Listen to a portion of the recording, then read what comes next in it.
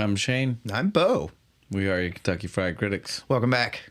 Got another one for you guys. I hope you're excited. We'll go ahead and we'll kick things off with our socials like we always do. So you guys know how to find us and talk to us. That's right. And the very first one is always Facebook. That's going to be facebook.com/Kentucky Fried Critics. If you are a fan who does use Facebook, you've probably seen our last episode We got some cool on posts. SLC Punk. We got some cool shout outs. We got a little bit of notice from somebody who was connected to the movie. More than connected, I would think. Yeah, definitely more than connected. I'm just trying to play it down because I'm so hype about this. I'm so hyped about this. Be hype. It's fine. The writer-director of the movie, James Marandino, he definitely shouted out. And we also had a page that runs one of his movie Facebook pages, the sequel. The sequel to the one we did. I was fanboying quite excitedly, obviously. As you should, man. That's a huge deal. I don't really know what's going to happen from that. Yeah, dude, I was stoked. I didn't know how to react to it. Again, that movie meant a lot to me growing up, as I said. Inspired both a lot of how I behaved as a person and, again, outward appearances for things. Definite fashion choices were taken from this movie. 100%. It's cool. I ripped off Ozzy Osbourne. We all do it. So it's very surreal. It's very cool. There is maybe talks of him getting in touch with us to do something. Yeah, I don't really want to talk about it a whole lot. I mean, it was all on social media. I mean, don't be wrong. Like, you all can go look and see what was said if you really want to track down. It's all on actual comments and it's all public. Yeah, it wasn't private messaged anything, but I'm just too excited to jinx it by talking about it. You know what I mean? It's one of those things. It's one of those like yeah. If I tell anyone, now it's not going to happen. Right? Yeah. So I just can't talk about it. I'm that way too. It's like, no, if I say something, it'll go away. I don't have a lot of superstitions I believe in, but that is 100% That is definitely one. Yeah, me too. So I won't say anymore. I'll leave Facebook alone at that. But we've definitely been on a wild ride. Yeah, it's been fun. Hello, new listeners. If you found us because of that. Yeah, if you found us because of that, hi, welcome. We'll move on from Facebook. We also have an Instagram. So if you found us that way and you have an Instagram, you didn't realize that. Yeah, you can go at us on that one too. Check that out. It's just going to be at Kentucky Fried Critics. That's just the handle there. From there, we usually go on to YouTube. YouTube's still going to be, again, right now, especially with more people finding us, we shouldn't change it yet. All of our things still have hyperlinks to this. I still want to change it. I will. I want it to be. Well, no. I'm not going to say it's okay. It's not going to stay. Don't make concessions. Now just might not stand our ground on it. Yeah. Now just might not be the time because if people are trying to find old videos right now. Hold for now. Hoping that more people are finding us because of it. So we got to wait just a moment. But yeah, we are hoping to change it, but right now YouTube is just at KF Critics or KFC Critics. It's more fun to say it that way. Again, while we have to keep it, that's the way we should say it. Yeah, KFC We'll probably Critics. stop.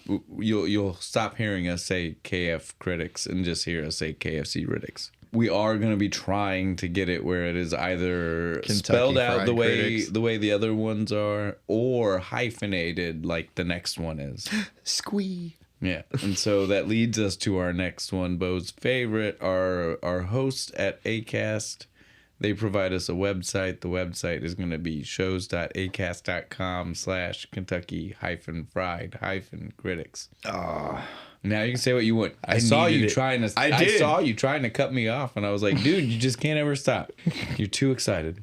The hyphens, man, I need them. They cleanse the soul of all evil. If you people would just accept this. Until you want to do the full social roll call, you got to start chill until I can say the hyphens myself. You can let I will allow you to say the hymn of the hyphen. You can let all your glee out after I say it, but you have to let me say it. That's the only thing that I require. All right. Is to let me say it first. That's fair, I guess. Gee. And then of course, after the website, that just leaves the true original social. Yeah, the OG. The email. So if you want to get in touch, does anybody do it? They should. This is where we get emails. We get a few. Give us ideas. They're not always great ideas. I'm not saying bad. Nobody's idea is bad. No, there's no such thing. Just hard to It's always enact. Sometimes, I guess. sometimes we get suggestions for things that are outside the realms of just like an idea for an episode. It's hard It's like to. something's like, that's a whole other podcast. Yeah. And sometimes it's just like I don't know what to do with that. You take that idea and you go do a podcast with it. I love that for you. Right? It's a good but idea. We've found what we do. And we kind of like what we do. I like that you like hearing us and you want to know our opinion on some of these things that are not what we've ever talked about. Right, so it makes it even weirder that you want to hear us talk about it. But it's fine. But yeah, we do get some emails. They're just I'd like to get some more that are maybe Try actually this like beer. yeah, try this beer. Here's a movie. Because again, we've said that it's kind of hard to do it some ways than others. Yeah. But if you give it to us, we can try. What we're wanting to happen is in the email, some random person's beer is going to match with some random person's Wouldn't that movie, be the thing? And right? again, we It'd would be tell great. you. I would 100%. We would shout it out out, both yeah. of you, and we would be like, "You guys didn't even know, but you gave us the perfect. This is your pick, combination." you guys. Yeah. Like, this is your guys' episode. Total fan from the top down. Right. That would be great. That would be awesome. Yeah, that'd be dope. I'd love that. So yeah, guys, email us. Yeah, email. Send us a message on Instagram, on Yeah, Facebook. something. Again, just don't do it in the public forum. Yeah, don't comment it. comment it to us. Private Make sure if message you want to it. do one of the idea, Right. you want to message that to us. Privately, quietly, under the table. But I think that wraps up all the socials we usually try to get at, right? Yeah. That's everything that we have. I think that's it. Other Is there than- any more? Did they come up with a new one in the 10 No. minutes we've been in here? Not that we have. All right. So, Bo, what are we drinking this week? We are drinking Founders Brewing Company's Breakfast Stout, and it is breakfasty. I gotta say that. What movie could have breakfast in it? Breakfast at Tiffany's? No. No, not that one. Too old. Don't Too want old. to. Don't want to do that one. Nah. My sister hates that movie anyway. It's not as good as people like to talk about. It's really not. I'm gonna go with Breakfast Club. I think you're right. I think That's it's the a good Breakfast one. Club. You're It is gonna go definitely with the breakfast Club. movie? Gotta be Breakfast Club. So again, that's the movie. But again, before we actually start the beer, we usually say maybe a little bit more about it, and Yeah. I want to go back to this because we've both said we have a preference for dark beers Yeah. to start with. Stouts and lagers. And when I and tell you things. that this is black, it is black. it is in this glass, and I mean black Coffee. Like you look at the top down, You can't see anything. I can't find an angle almost at which I can see through it. Nothing. Even if you hold it up to the light, you can't even see the light through it. It's so dark. I'm so happy. It's so good. We've had so many light IPAs, like bright I know, IPAs it's on not this your- show, and I'm over here. I'm like, oh my god, it looks This like is a dark. cup of coffee. This is dark. It's just thick enough, Right. Like it's thick enough that it really, You know you're drinking something. it's good. It is so good. The description for the beer, as they say, again, you know us. We'll give you more at the end after we've already had a couple. A couple of them. But for right now, their description is that it's a double chocolate coffee oatmeal stout. So it's going to give us roasted coffee and an extra hit of sweet and decadence. I love Yes. that that's the word they sweet use. and decadent, and I agree. But other than that's all we'll give you on the beer for right now. We'll get on into the movie. Yay, movie.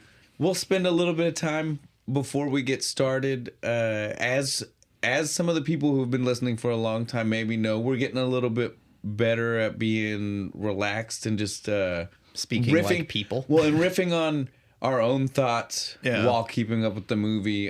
We do apologize if you watched a lot of the early ones. We We're know just- and we said it Scene by We- scene. and we said it ourselves. Yeah. We definitely used it as a crutch for some of the beginning. Yeah. Because we were still trying to feel Figure out out some what of this. we were doing. We're getting a lot better. Obviously, we'll go over who's in the movie like we always do, but I just figure we don't need a whole lot of riffing about like talking about what this.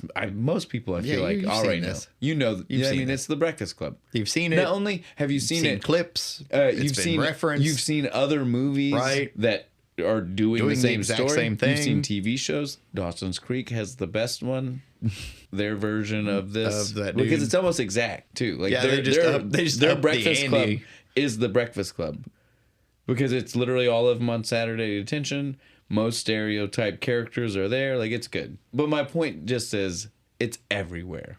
people do this. This is a the story. hugely referenced story. Yeah. Well, and it's like thematically, right? Like it's the kind of themes that you do. Like this whole like none of us like each other, but by the end we're gonna realize we got a lot more in common. We're all not that different. And this came out in the 80s, right? 85. Enemy Mine. Isn't that the same one? You know, enemy / mine. Yeah. You know what I'm talking about? That's the same idea, right? Yeah, it's the same thing actually. Yeah. Just in a high school library. Yeah. So again, you can take your pick. You like sci-fi or you like John Hughes teen movies. But Can I get a John Hughes sci-fi movie?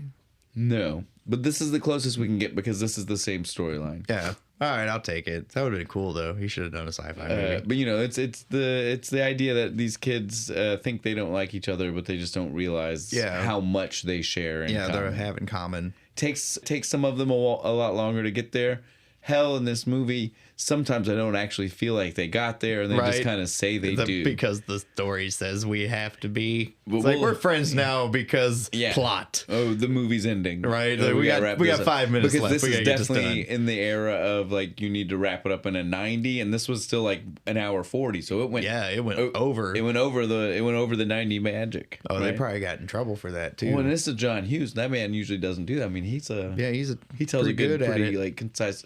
Right, Dutch was like a 90. Yeah, it was a 90-minute. That was his. He wrote that one. It was hour and 27 minutes. Actually, so maybe he directed this one, and maybe he's not as good at making those scenes end as he is at writing the scene. He's concisely. like, I want to keep going. Yeah, he can write it concisely, but he can't like visualize it concisely. I can see that. There's a few scenes where I felt like this goes a little long. We've already mentioned this is John Hughes. We've definitely spent some time when we talked about Dutch saying we love John Hughes. Yep. We grew up again when you're our age. You kind of grew up on these. When you're elder to like mid-aged millennial, it's the kind of thing that was always around. It's not even like TV. You tried to find it. It was just there. You'd be flipping channels. And since we were a generation where pop culture became just more prevalent in general, we were around where trivia was always being, the trivia shows were constantly. And so since the 80s just happened, they were generally questions about things from the 80s. And so like it was just these type of things were inundated in our head. It was brainwashed, man. We just held down, watch Breakfast Club. Because again, for sure. Well, the Goonies, that one came out early enough in the 80s, and 80s kids movies would stick. Kids movies have a different rule than like adult movies, right? Like kids movies stick around for a lot more years before they just die off in relevance. Until they just get like overly racist or something. Yeah. And so their relevance stays important a lot longer for kids. So like that one's a little bit different. But like this, for instance, like again, like this was made for teenagers in the 80s, and I was certainly a child. Yeah, I was a 5-year-old in the 90s. Yeah, this movie came out in 85. I was 1. I was 1 year old when this movie came out. At no point was this supposed to be something that I was genuinely supposed to have a thought or care about. Yeah, but I do. Yeah. Testament to John Hughes. For real. That being said, some of the writing a few times in this movie, and we'll address it while we get there, uncomfortable. Yeah. Product of its time. One of those deals. Well, and again, he just maybe should have had someone help him write some of the scenes, because he just talk to a teenager. Yeah, a real one. His grasp on like he has kids. What some of these scenes were. Yeah. And again, we'll go ahead and just mention it. When he feels the need to put in sexual tension, and again, I'm not trying to pretend like we don't see things today that are way more like pushing the boundaries, right? But they at least feel more real. It feels like maybe again the person who wrote it was close enough to still being a teenager that their memory of it is very clear, or they talk to teenagers while writing it for reference. Yeah, John Hughes was like what, 35, and 40? You can tell he was too disconnected. Like his view of this stuff just seems comes across the borderline harassment. Yeah, like I was like, I don't know. This is just weird. This is not stuff you should be saying. That's all I'm saying. That being said, those aren't this movie is full of fun stuff, and I don't really I don't walk away remembering most of that. If No, I weren't these are watching, like the- if I weren't watching the movie for the way we're watching the movie, like taking notes and Right. actually like trying to not analyze, but really pay attention more so than I usually do. I would probably never have noticed Wouldn't how have picked up uncomfortable on they it. are, but like really paying attention and like watching it multiple days in a row and shit. I'm like, Yeah, I said that's. I feel very I don't awkward like in a way I can't this describe scene. right This scene now. makes me not comfortable. Yeah, right. It's just it's hard to explain, but it's it there. happens like There's two definitely or three There's definitely times. two hard Yeah, times. I can two think hard of. times I can think of And like maybe one more. other, yeah. But we'll get there. Before we get started, we'll go ahead and address who's in the movie. This is really easy, guys. There are Roll definitely call. there You are know some, everybody. Yeah. Well, and there are some side characters, but again, there are only like 8 Two? people that are really on screen. Yeah, this is a ever, small cast. right? Like there are our teenagers. There is a teacher and a janitor. Outside of those people, nobody speaks long enough for them to be important to care about. No, a couple of the parents have like 2 lines. Like I said, no one speaks long enough for you to care about. And so those are the only ones that we're going to tell you about. Yeah, So we'll just start. know they have parents. That's it. So we'll start. We got Brian Johnson. That's Anthony Michael Hall playing him. The consummate nerd of the 80s. He was, King nerd. but he was until the late 80s though, right? Yeah. Johnny Be Good. You ever seen that one? No, I've not seen that one. He's the quarterback. He plays essentially Emilio Estevez's character. He Oh. plays Andrew. Shit, really? He plays the quarterback. He's about to go to college. He just got a scholarship because of his football skills. Oh, well, good for him for It's not got, for getting out of that nerd role. It's got RDJ in it, man. Robert Downey Jr. Oh, fuck. That's He's a long time He's ago. his sidekick character. Anthony Michael Hall is the more important one. Holy shit. Now, that being said, I will definitely say you're right. He is the nerd of the 80s. He was That's in why. weird. That's he, why he got all buff. he and was shit. in Weird Science. Love that one. Also with Robert Downey Jr. Who's he in that one? He's one of the 2 dick-headed guys that pick on him. Oh shit. He's the shorter one. I need to watch that movie again. I know Bill Paxton's in it. Yeah, he's the older The brother. older brother. Yeah. Chet. Next on the list, we got Allison Reynolds. That's Ali Sheedy. Man, we've already mentioned this before. It must be nice when you're an actor and you get to only have a to- name that's like your regular name. Jeez. Yeah, because Yeah, having something that's close to your name has got to Right. just be. super fucking nice. Yeah, because it just makes it easy. Like, I mean, you're already listening. You're used to hearing like it. at least that much. You don't have of that it. embarrassing part where somebody's being like, "Hey, Alan." And saying something completely, Alan. and it's not, and your name's Tom, and you're Right. like, you're just me. like, Me. That's yeah. my name. Shit. Oh shit, I forgot. For this scene, my name is that. My name is Alan. Fuck. Ali Sheedy, though, I love Ali Sheedy. She's in a. We'll we move love past. Ali Sheedy's great. Right, Cujo? Was she in Cujo? Yeah, I'm pretty sure he was in Yeah. Cujo. That movie scared shit out of me. Yeah. So again, I love it. I mean, I love Ali Sheedy. She's great, but we just can't spend forever on everyone. She's the pretty one. Molly Ringwald. I'm just saying. Ouch. Right. I'm just saying. So Ali then- Sheedy's the pretty one in this movie. Then we got Molly Ringwald, and she's playing Claire Standish. Again, I'm telling is that you her the last last name? names. That Yeah. is the weirdest I'm telling last you last name. names. I don't think Never. if they're ever mentioned in the movie. It's not for much. It's for half a second. Judd Nelson. Brian Johnson. Brian Well, yeah. Johnson and Brian Johnson. John and John Bender. John Bender. Yeah, those are the 2. The rest of them, I mean, it's not really. They don't focus on it. Andy calls himself Andrew at one point. So His real name is Andrew. yeah, so But that's it. as far as I you know know his last name? Clark, because it's on Oh, his. he got it. It's Good, on his good. Letterman jacket. I was gonna say he's the only other character. Again, it's not. I don't know if it's said out loud, but he's the only other character we would know because it's mentioned. Yeah. It's shown. It's right there. We skipped ahead. You So thought I wasn't going to notice. I caught it. so we skipped ahead there. So we got Emilio Estevez as Andrew Clark. And Emilio. Night at the Roxbury's for everybody. Since that's come out, I can't say Emilio Estevez and not like if not say it out loud. Think it in Think my that head. in your head. Yeah. Your head start doing Love the little. and I little love bob. the Mighty Ducks. I grew up with it. Oh, I you love those can't. movies. Yeah, You So, can't be from the '90s era and not have seen those. I love. So I just have a fondness. He's like the dad you wanted, but you didn't have. Yeah. But you kind of didn't want because he was also kind of a fuck up. kind of a fuck up. Emilio. Emilio. And then We we'll, love you, man. Yeah. So then we'll wrap up our teenagers. Though we already mentioned John Bender. He's our other character who we know the full name of Yeah. and is mentioned again. in opposite of the rest of the teenagers. The rest of the teenagers, we don't know their last name because they're never mentioned. He's a character that you kind of goes by his last name. If you didn't know his first name, I would forgive you. Yeah, because it's only said once or twice. One time. It's definitely not mentioned very often. No. And again, I think it's only like it's like a slip up. Like one of the characters is saying something about him, and they say John, and I was like, "Who the fuck are we talking about?" I was jarring for a second. I don't know a John. I know Bender. Yeah. Exactly, right? Bender's an asshole. Is John cool? But so that wraps up. That's our teenagers. But before we finish with everybody, like we said, we also have the teacher. That's going to be Richard Vernon is the character name, played by Paul Gleason. He's in everything. Yeah, he's one of those guys. You might not remember.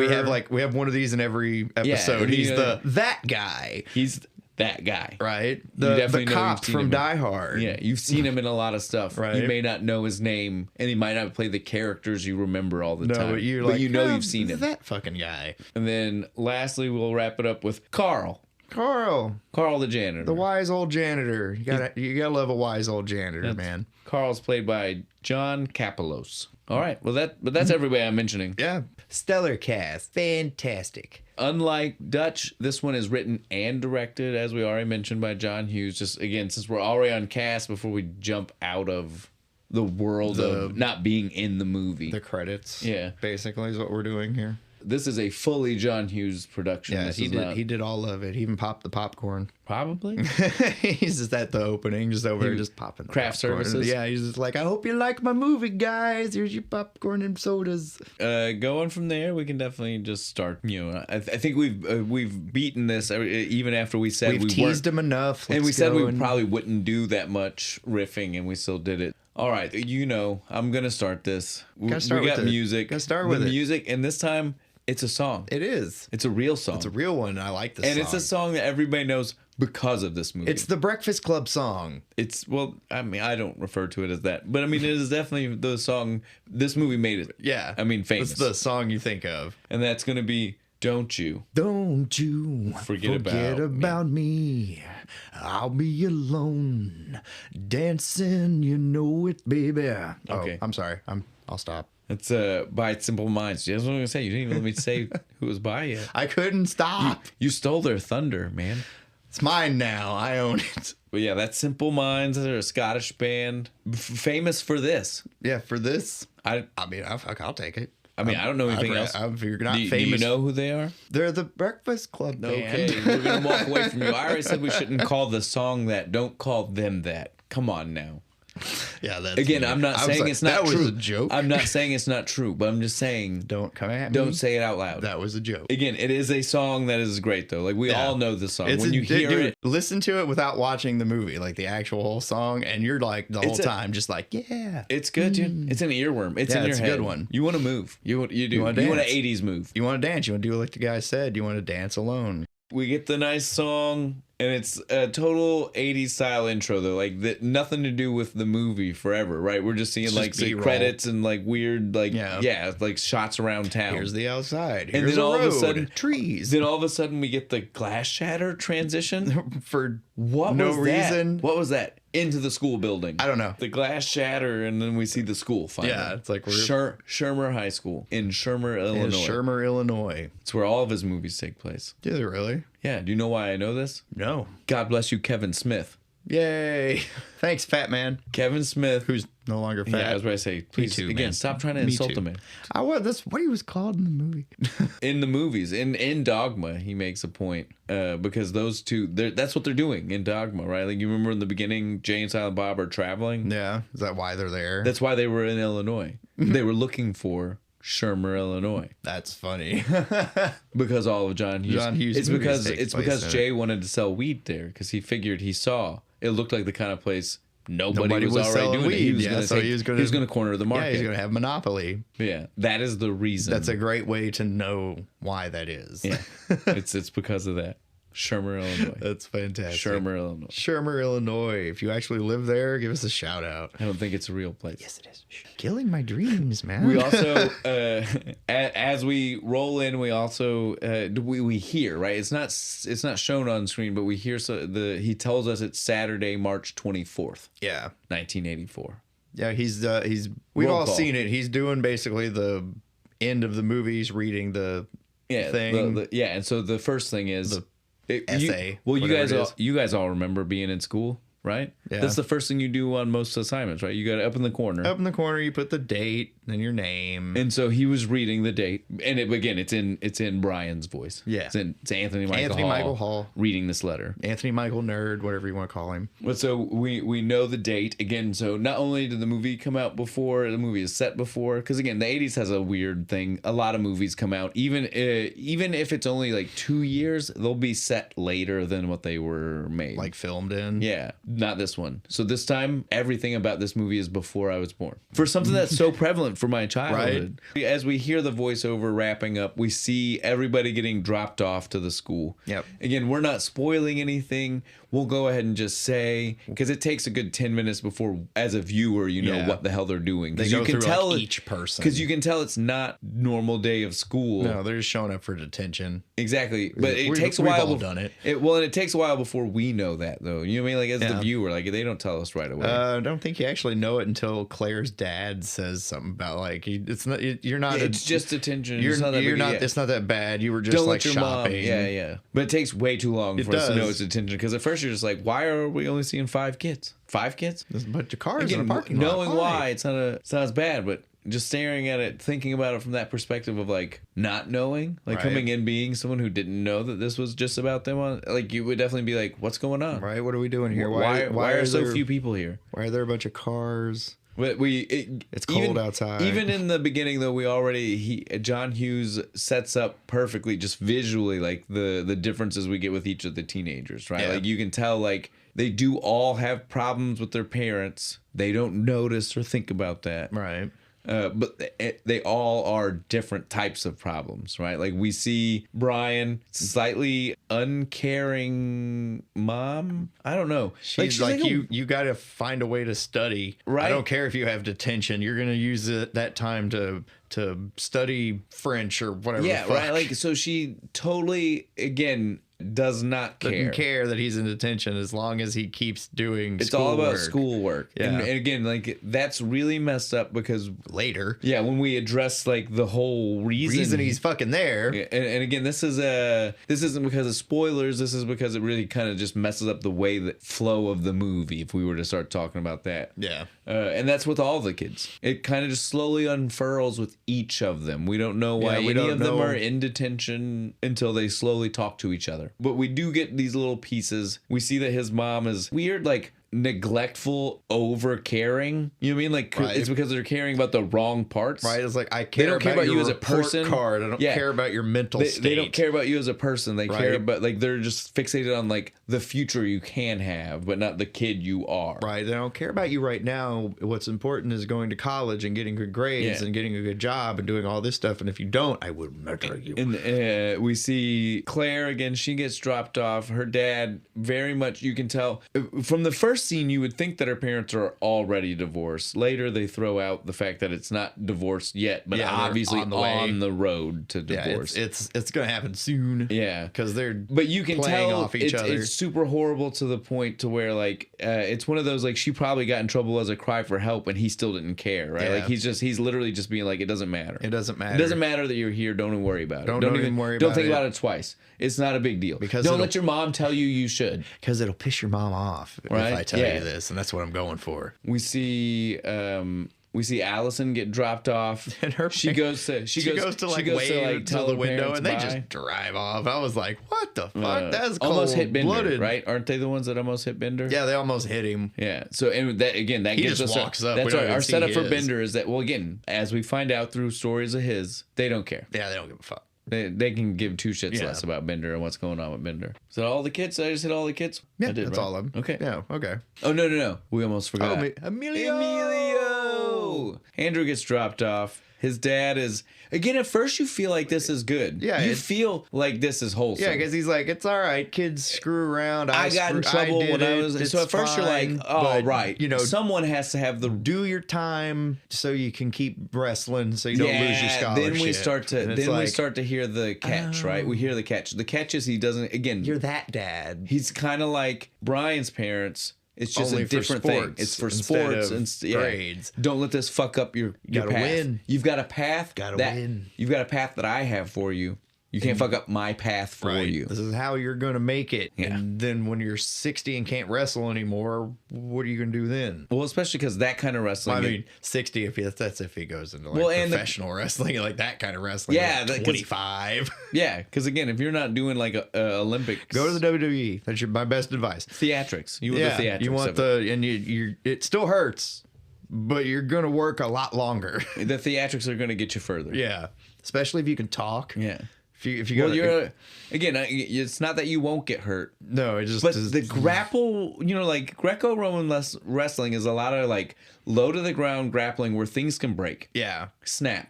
Professional wrestling is a lot of like, I'm going to put you in a hold and I'm not going to choke you to death, but you're going to know that I have a hold of your head. So it's going to hurt. There's a little bit of a difference. I'm trying to forcefully hold your skull and not rip it off. That's professional wrestling. But so, we can see that his dad, though, is definitely not. Again, it starts off, you've got hope. And it's like, probably because he's cool, you see Dad. so many other ones. And then within like 30 seconds, you're like, oh, never mind. I was wrong. You're that dad. Okay. And How dare you get second place out of the entire country? He'd be that dad. Yeah. Like, you won silver at the Olympics. You failed. And so then we get inside. And we get our first introduction to Mr. Vernon. Dick Vernon. Richard Vernon. Richard Dick Vernon. Sorry, I shouldn't call him Dick. That's mean. But yeah, so we see right away, it sets up both that he is the shitty thinks he's cool teacher, but right? isn't. Like you can tell he thinks he's saying some stuff that people are gonna be like, yeah, and nobody does. So it already sets up for us a little bit of his personality. We can tell Bender is frequently here and a problem maker. And a problem, trouble. He's a troublemaker. I may have looked up to Bender a little too much when I was younger. Bender is just the troublemaker. He's always in trouble. He's gonna and not just troublemaker. He's the Illinois punk, right? Yeah, he's gonna talk shit. Because this is 85, but it's set in 84. Yeah. The last movie we had was definitely set in 85. Yeah. He is the punk. It's just Illinois. He's just not listening to punk music. There's even fewer of him now. And so the personality is the same type of personality, right? Like he's obviously a little bit younger because they were in their 20s. But so that's Bender. And so he's just Bender's always cool. here. I like Bender. Always getting in his shit. And we see that right away. Gets himself two more count days. 2. Mess with the bull. You get the horns. The rest of the movie, this man talks with the horns every time he points. And I don't know if that's to imply he is merely trying to dispel evil spirits. I don't know if that's trying to imply that like that's how he talked all the time, or if he just Bender got so into his head in the morning that now because of that, like that's just how he's talking that day. Stuck. Because again, we only see this one day, so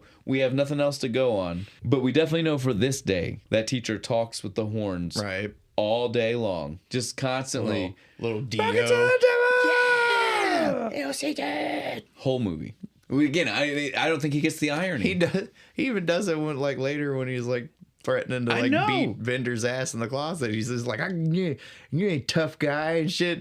All the time with the horns. I don't know where they came from, but this man loves them. He leans into it hard. He flipped past MTV, saw a Ronnie James Dio video, and was like, well, that's neat. Maybe that'll connect me with the children's. As we can see, this is their day. They're in detention. Yep. They're going to be in the library all day. This is a sweet library, though. He tells them they're going nowhere. And they're going to write an essay on 1,000 words. Who you think you are. And that's 1,000 different words, not the same word written over and over again, which I have. I tried that once. It didn't work. Everybody's got to have their own. What's the subject again? Who do you think you are? Who you think you are as a person? Who am I? Who am I? I am a walrus. Sorry, that's what Brian's doing when he's thinking about it. So it's one of those, they love to ask you that in school, but really it's such a stupid thing. It's a time waster. It's just something to make you waste time. You are whoever the fuck you want to be. You don't need to worry about being able to tell people. When I was in high school, I could have answered it in a half a sentence. Like, I have no idea. And to me, that's fair. Right.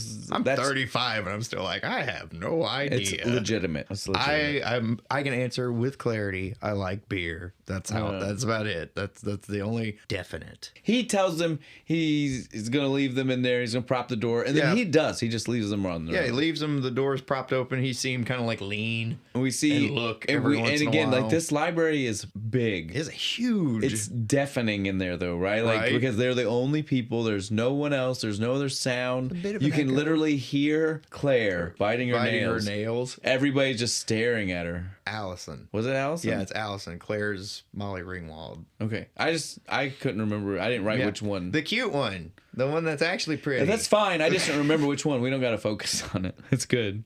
She's sounds like it would hurt her teeth too. That's what I was more fixating on the sound and how ridiculous it was than which person it was. That's again, maybe because I didn't like it because of the sound might be why I didn't pay attention to which one it was.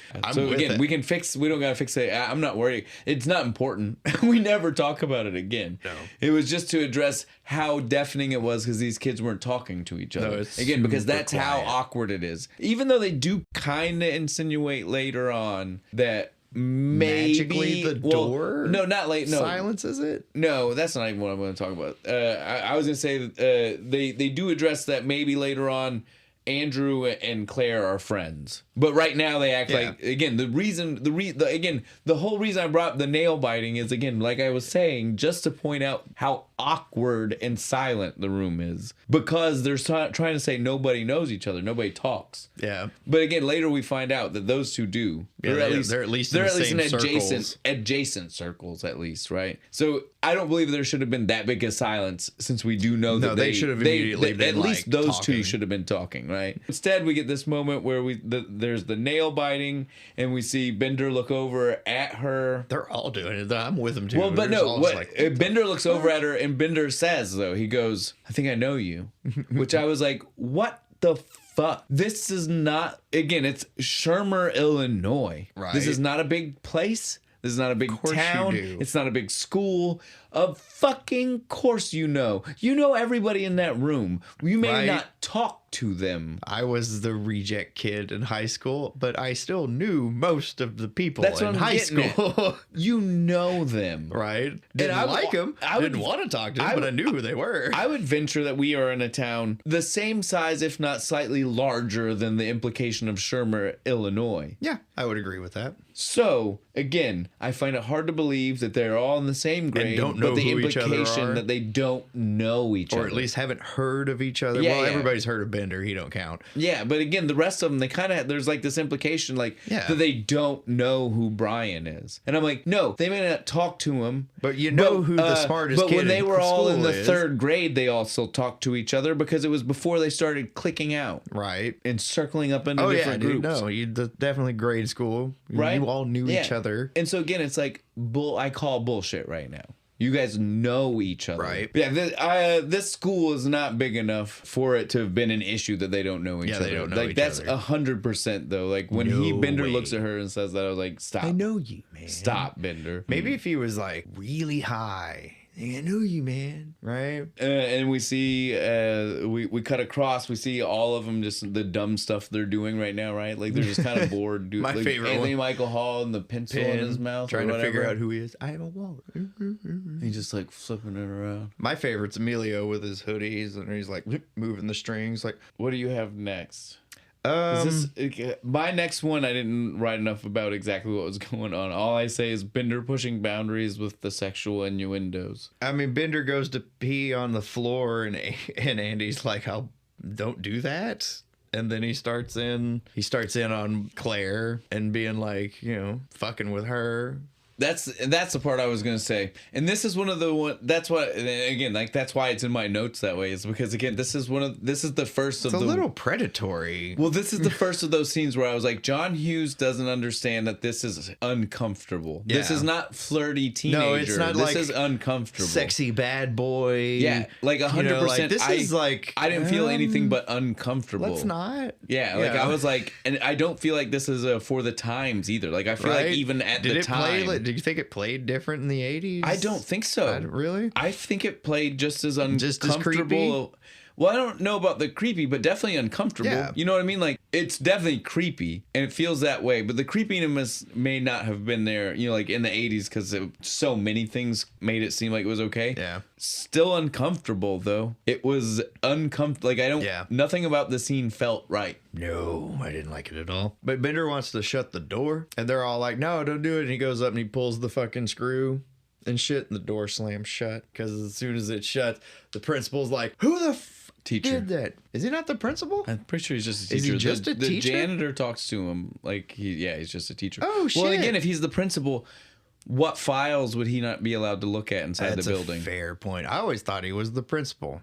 Huh. Well, teacher's is like, what the fuck is that? And goes to try and get the door open. He goes and puts a chair in front of it. Little No, dude. And Bender tells like, him, that's not gonna work, man. Bender tells him right away. And it bad call. Flings that fucking chair across the room. Somebody like this. There's no way that was even natural. Right. Somebody was on the effects outside. department. Well, not even effects, dude. It was simple. Somebody was just on the outside pushing it. Slammed it's it like as hard as literally they could. like they were standing both hands on, feet ready, and threw that fucking door shut. That chair was halfway outside of the city limits of Shermer, Illinois. Right. It went through the window, across the street, into the football field. That chair is fucking gone. So then next he has the bright idea. They've put in the like card catalog thing. No, it was a magazine rack. It's a metal magazine rack.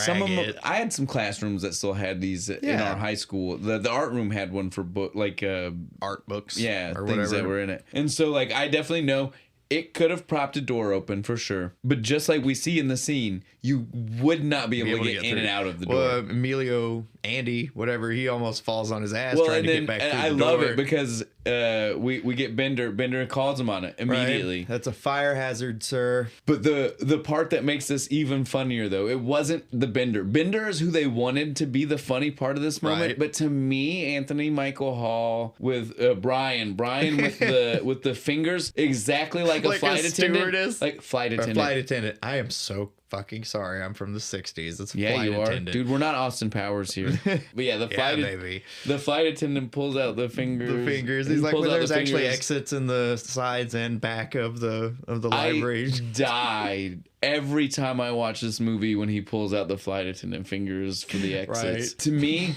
way funnier than the Bender line. I love it. Like to their credit, like no one rats Bender out for none of the times. None of them. Any time. And that's what I was going to say. Goes to prove just how disconnected this teacher thinks he's the cool guy. He thinks the people are going to tell him stuff. Not even in the beginning when they don't like each other. Right. When they're don't like each other, they still are not telling them. Out. Yeah. So he is 100% just like never going to be okay. They will not rat on Bender. They don't tell for the screw. I love that he mentions it's a screw. He's like, well, who took the screw? And like it gets so crazy. He asks everybody. He asked everybody, who would steal a screw, sir? He asks like everybody individually. I love Ali Sheedy's reaction. He's just like, you, what about you? And she just goes, ah, and smashes her face. She is always outrageous, dude. Well, for the first half of the movie, she just responds and squeaks to things. Like, it's not till like 45 minutes till she actually says something. She's supposed to be like a brooding artist. The 80s interpretation of an artist and like the 90s interpretation of an artist in high school are vastly different. Yeah, because the artists in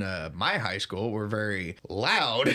Yeah, no, not quiet, not separated from everybody. You knew who they were. This is so strange to me. Like the vibe that the difference in a decade of how you're going to, the stereotypical version of this person is so different. Poor Vernon has no choice. He has to let the door be shut. He's got to let the kids be in there. He tries to blame the magazine rack on Andy. He's like, get this out of here. What are you doing? Like, what are you thinking? Well, it's not his idea. Yeah, no, it made it seem like it was his idea. Like, I thought. Why would you think that was a good idea? Better of a varsity letterman like you. And it's like, go fuck yourself, dick.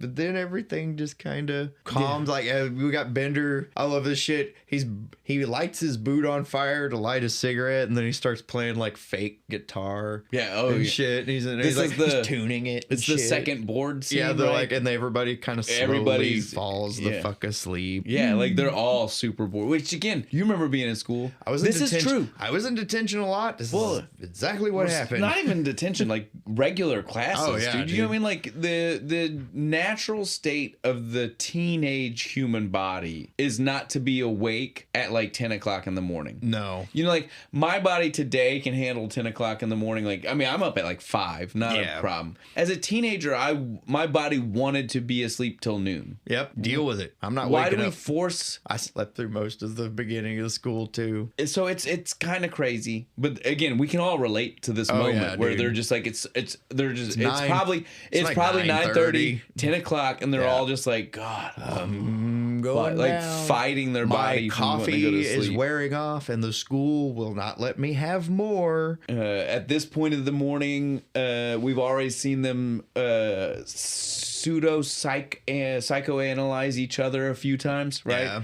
Yeah. Anytime they get heated for a moment. Right. These like, teenagers. Well, you're like this. Yeah, these teenagers like way. psychoanalyze each other. And it's like, wow. But again, I remember it being like that. I remember people trying to be like, oh, you've got to be like this. And it must be because this. You and do this because you're afraid you won't be accepted. And it's like, oh man, you guys just stuff. need, and it's like, right? They just all need to grow up so that way they can understand that the world doesn't exist that way. Right. You can't know things about people because of like one behavior trait. Or how they look or... Yeah. From an outside looking in, what they're doing. We are all a beautiful, colorful tapestry. We are not shades of black and white. There are many facets to us. Only shades of gray.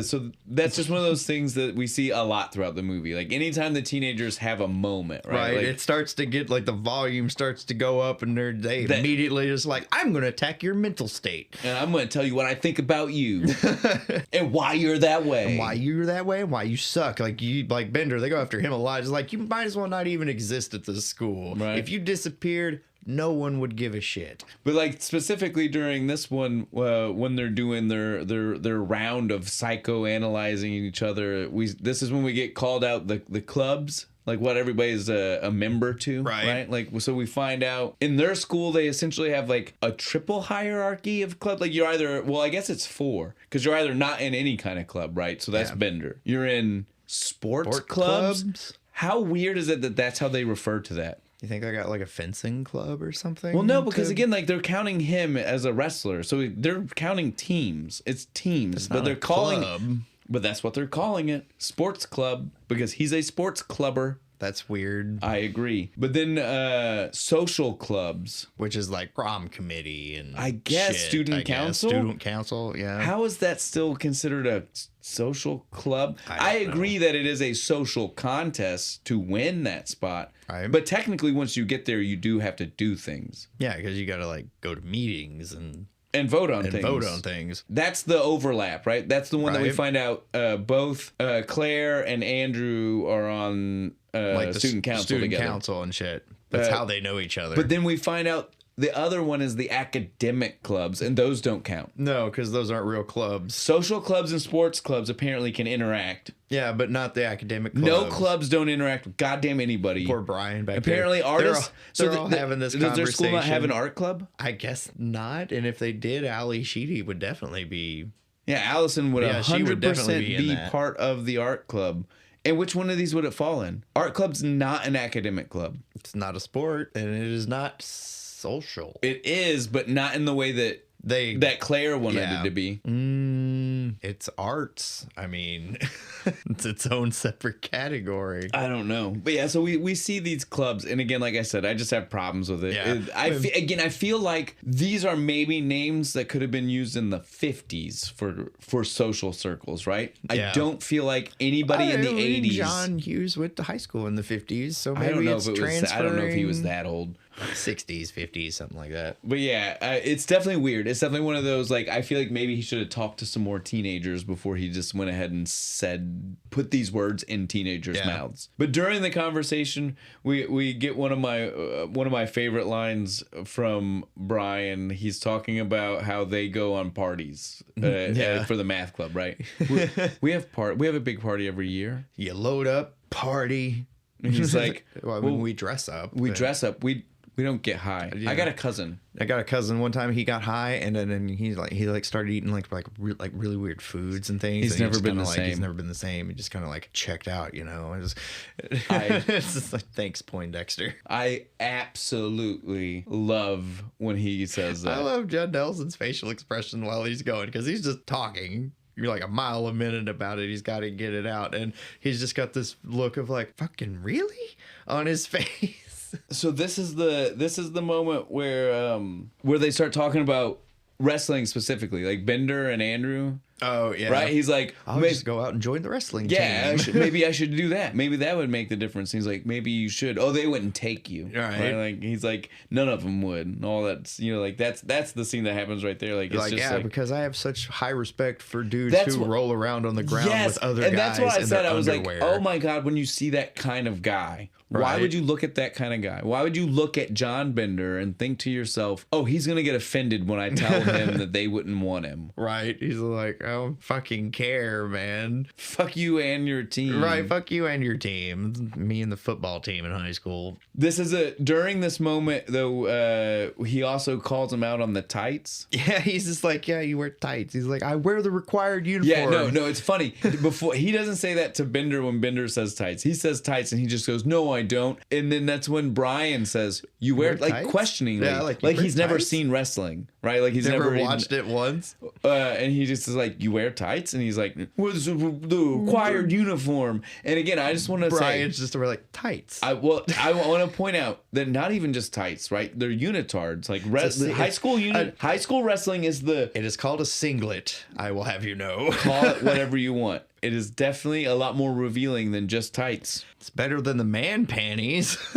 Not by a lot, because you got the shoulder straps that make it extra tight down here, man. Yeah, buddy. All right, but yeah, that was the moment that we got right there. Again, it's just like we said, right? Anytime these teenagers, they'll get along for a little bit, and then they'll fight. One thing happens, one tiny thing, and they all get at each other's throats. But every time they get at each other's throats, they learn something new about somebody else, and they all get a little bit more insight and realize like, we're not all as different as we thought, I guess. Right? Like, we every time they find out more about Bender's home life, they're like, oh, fuck. Goddamn, man. I didn't know. I would never have said. Right. We're trying to set up that these kids just slowly learn. Hey, maybe we're a lot more alike than we are different. Like, we're dealing with the same struggles. All this clique bullshit we deal with. We're dealing with the same struggles, different ways. Yeah. This is the moment that Bender tries to remind everybody, we got to try to be quiet. We're trying, even though the door's shut. Yeah. We can't be so loud. That douchebag walks back in here. Yeah, so once everybody wakes up from their weird nap that they got going slow on, collapse into sleep that they do. At that point, we see Bender is sitting there ripping up a library book. Just tearing the pages. Like, such a great use of your time. Maybe you should try reading it, says Andy. Yeah, and he mispronounces it. Oh, yeah. Moliere really pumps my No, he says neck. Moliere. It's Moliere. You said it the right way. I said it the right way. Sorry. I am incapable of saying it wrong, apparently. But yeah, he says it wrong. And then Brian, too. Like, it's Brian's like, I love his writing. It's really good. I froze a big chunk of the paper. Like, shut up. What's it matter? Right, who gives a shit? But this is the moment, where we find out, like I mentioned earlier, that Claire's parents are not divorced yet. Yeah, not divorced yet. They will be soon. Tries to invite her to that party, right? And she mentions, like, oh no, I might get grounded. My mom said I'm grounded, but my dad said to blow it doesn't her matter. off. Yeah. But again, like letting us know that they are together. Like Like, not just divorced parents fighting. Like, they are literally still married. Yeah, it's... Because she says, oh, if I do this, it'll piss her off and they might get divorced. Right? That's what she says. It's all heading it's gonna be, yeah, it's like she made it seem like that was gonna be the, that was the straw that's gonna break the back. Like, it's that close, right? Yeah. And it's like, come on now. It gives you that insight on, like, her home life, right? Like, no kid should feel that way. No kid should feel like what they're doing is responsible for mom and dad. Everybody else just kind of is just like, stop feeling sorry for yourself. Which is kind of not valid. No, she has a total reason to feel. She does, but she is a spoiled rich kid. Though. She is the spoiled rich kid, but so they're all just like, I will say that as not being rich, it is always hard to hear. Yeah, it's always hard. It's valid. They are totally right. It's hard to take away from your feelings, but I have a hard time. But you have a lot of because you're not hungry. You have a lot of the other things that I wish I had. Right. So it's hard for me to feel bad about the one thing that's not going right for you. Again, we're the wrong ones. Did Princess have a problem with the butler? Well, and again, we're the wrong ones here. Yeah, we're the ones that but aren't it's valid. hard not to feel that way. It right? is. I agree. I just want to make sure the audience knows we are hypocrites. It's okay. We are evolved enough people to know that we are definitely wrong about that. Right, but can't help but feel it. Yeah, that's right. We know that we shouldn't, and we know not to say it to their in real life to people. To their face. Again, like we said, you learn things about people. Bender starts giving Claire shit about Claire being a fat girl's name and if she's a virgin or not, and that's really uncomfortable. No, time two. This is the second one where it's really super uncomfortable. And again, not a focus, not something I really walk away from the movie thinking about. Yeah, you forget it happens because you don't want to think about it. No, because the rest of the movie's so good. Yeah, it's so fun. But yeah. This pisses Andy off, and he's just like, leave her the fuck alone, right? And and again, we have lots of these virgin It happens talks. A couple times. Brian. Yeah, Brian. Because he gives Brian a hard time on Brian. And he tries to be like, he looks over at Claire and he's like, you and Claire, Yeah, well, again, we'll get there. Though. Yeah.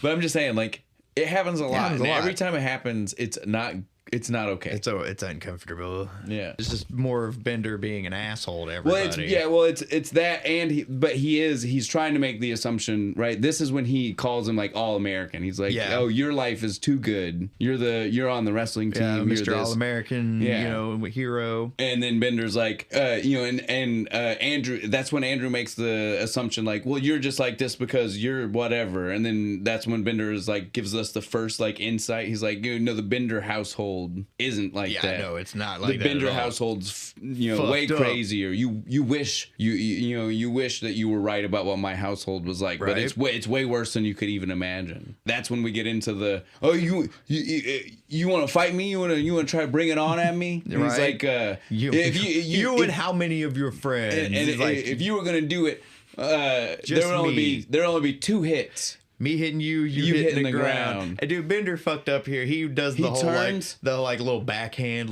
shut the fuck up. Like pansy.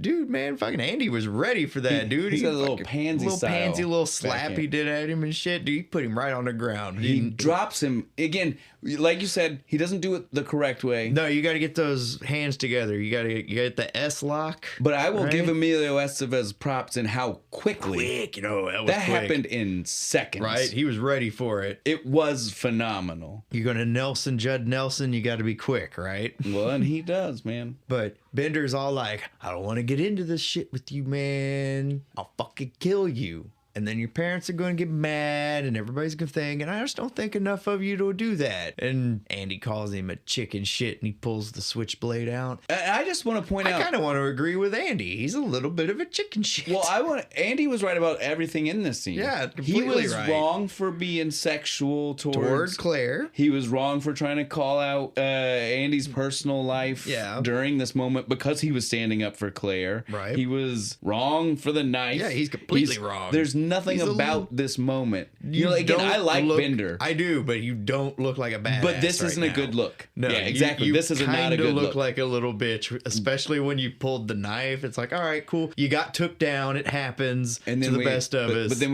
this is like one of the first times I visually noticed klepto scene. Right? Fuck, Allison just steals the knife. From like off camera, just grabs the knife and and we never see it again. No, but during the scene though, I want to point out how quick, right? He puts that knife down. The second Andrew calls his bluff. Right. He backs down. Well, not only does he back down, the look, dude. The look on his face the second that Andrew was like, what the fuck ever. Right. I'm not I afraid. don't even give a shit about your knife. You could tell. He instantly was like, oh, shit. That didn't work. I didn't think I'd have to fight. Right. I don't know what to do now. You can tell Bender's never... It's good that it didn't go further. I'm not going to say Bender's never been in a fight, but you can tell he's never fought somebody who knows how to fight. You know what I mean? Like, you can say what you want about wrestling or anything, but like the obbility to grab a dude and put him on the ground when you want to is really useful. So then the moment calms down. Yeah. Obscenely quickly. Yeah, it just kind of all just diffuses immediately. This happens a lot. It's like peaks and valleys of like, yeah, but this we're time, all chill. We're gonna fight. We're all chill. No, but this time there was a knife and threatening there was to serious kill somebody. Violence involved. So here. it's a little bit way crazy this time. That we're just kind of done. But so it's done. We're not going to mention it again.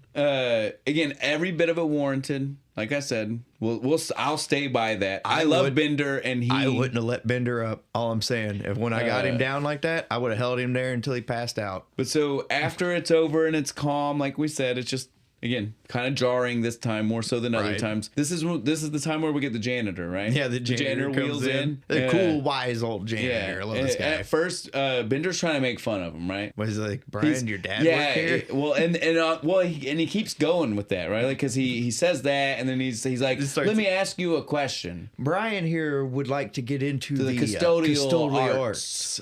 Which I do love that. I do like I that. say that a lot. I do say being a janitor. Custodial. I am a master of the custodial arts. It's definitely something I say a lot. Right. Like we said, he's the wise janitor. He's smart. He dropped some knowledge. He thought that Bender thought he was gonna get the better of him when he throws this. He just starts being like, you all think I'm just like some slave, some mindless peon you get to push around. But let me tell you, I'm the one that knows all your secrets. I go through your trash. I go through your lockers, to which Bender's eyes get real big. He's just like, wait, what about my locker? Shut up, right? You ain't been in there. Don't fuck with the janitors, man. We know our shit. We see all. And as we find out later, he also has keys to the record. Yeah, he has keys to everything too. So don't again, that. like he literally can get anywhere. Everything. But that's a real short. But yeah, all of those. Yeah, it is real short. But again, like all of those kids, it's like a moment for them to have that realization, right? Like oh shit, our privacy isn't private. We're not as safe as we thought we were. Especially Bender, the look on his face.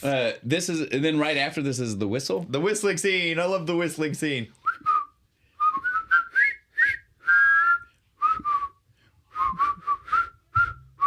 All right, we did whistling. Now it's lunchtime. Yep. They go The lunchtime is crazy, right? Because so it's lunchtime. They gotta get sodas from the machine. Well, they gotta get at first, like it's almost like dude forgot, right? To let them know to eat. Because he's like in his office and he's got like the little weird cup statue that he's made because the teacher's bored as fuck too, right? Being in detention on a Sunday. So he's just like, oh, fuck. Grabs his jacket and goes in there and he's like, all right, that's 30 minutes for lunch. Yeah. But so at lunch, he's got to pick two people to go get something to drink for everybody. Which when they first say it, I didn't realize how stupid it was until they come back from getting the drinks. We'll deal with the dumbness of the conversation in a second. But just like they come back and they all have food, but nobody has a drink. So they all were told for Saturday detention, bring food, but nothing to drink. Well, Brian has apple juice. That's it. Fuck Brian. That's all I saw. But nobody else. Everybody else has lunch. Nobody else has a drink. Yeah, nothing. Was that not weird? That is super weird. If I brought my lunch, I brought something to drink. That's all I'm saying. Now that we address the weirdness of that, we do get the two people selected, which this was weird, right? Yeah. Like, why would you pick these two? Like, visually, if you're gonna pick two and you pick the wrestler, you're picking the popular Claire. Girl, right? He even tried. He was kind of like, looking at her like, But that's not what we get. No, it's him and Allison, the weird artsy girl. We may have some strange conversations. She her, says, "What's your favorite drink?" Vodka. I love it. I drink it all the time. I love vodka. Just whenever. And he was just like, okay. Really? For real? I don't believe. Because her no either. one.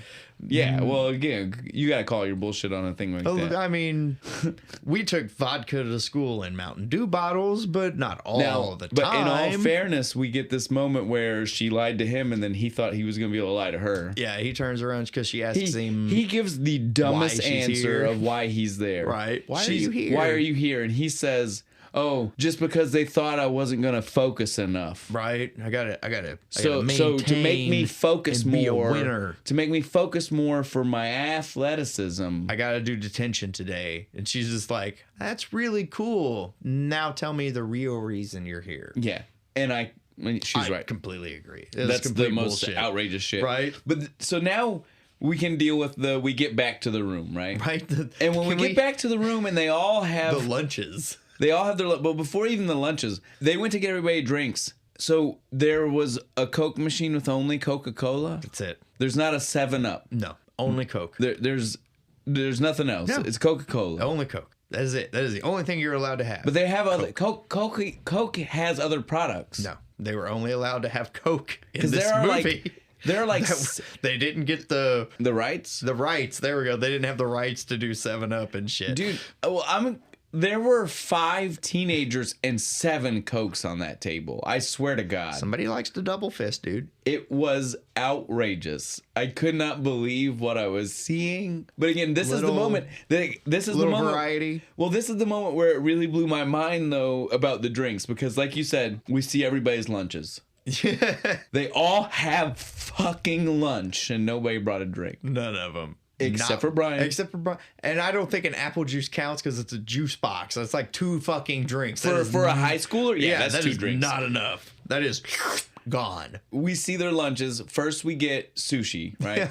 This one is really weird to me because we live in an age now where it would be outlandish for someone to not know what sushi is. Yeah. But in the 80s? Was it that common? Like, because Right. literally Bender didn't know. No. Like, she says it's sushi and she has to explain herself. This movie actually is why I knew what sushi was. This is So then maybe it's when true. I was a kid. Maybe it's true then. Yeah, I mean, probably. We were just too young to realize how informational this movie was being. Might have been. By introducing sushi to people. She was ahead of her time. I'm asking our audience. Is it, if you were Right? Are you older than us and remember sushi being a thing? But yeah, so I had such a problem with the sushi. Again, not a problem. I keep using the word problem. It's not a problem. There's nothing wrong with sushi itself. Despite Bender thinking there is. Just the weirdness of it being there. Well, and just like the fact that he didn't know what it was. Like, Right. to me, like that is, it's just hard to comprehend. How do Again, I you don't have a not problem with know it. It's what hard to sushi comprehend. is like not liking sushi. Yeah, no, and that I will He understand. still didn't like it. I don't when like she explained sushi. what it was, I've tried several kinds. He still didn't like it. Right. That's her lunch. Then we see the massive amount of food that Emilio 4 pulls out. fucking sandwiches. Andrew has like, because he's chips. bulking up. Fuck right? yeah, dude. It's a bulk time. dirty bulk. You got to get those carbs in, man. And of course, we see Brian. He's got the wholesome peanut butter with the crust This is cut like the off, next time that he. soup. This is the next time Bender throws out All American. Right. This is the All American meal. And then he goes into the like, this is my impression of life at Brian's house. Yeah. Hi, Dad. Hi, son.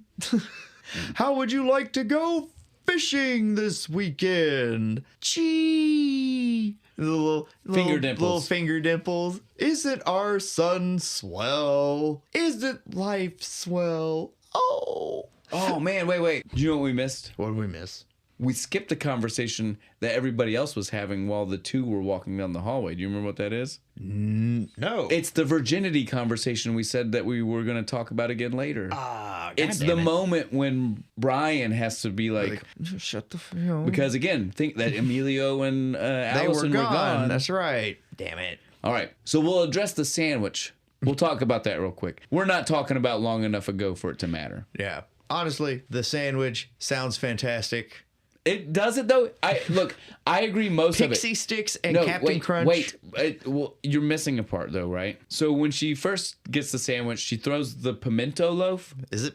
I thought it was olive loaf. Either way, It's gross. It doesn't matter. there's definitely olive in it, but I thought I saw the cheese specks. Bloop, and it flops and It is sticks to definitely that a weird processed meat loaf of some sort. Ugh. But she throws that up. Before she starts putting the Captain Crunch and the sugar, or when she puts the sugar on, I don't know if it's fully a pixie stick or if it's just like sugar. Like McDonald's used to give like sugar in like a tube like that too. Oh, did they? I didn't For like know that. coffee. So I don't know. But whatever it is, before she puts it, or while she's putting it on, if you see the bread, I think there's mayonnaise there. Because again, it was an olive loaf sandwich, dude. I didn't notice that.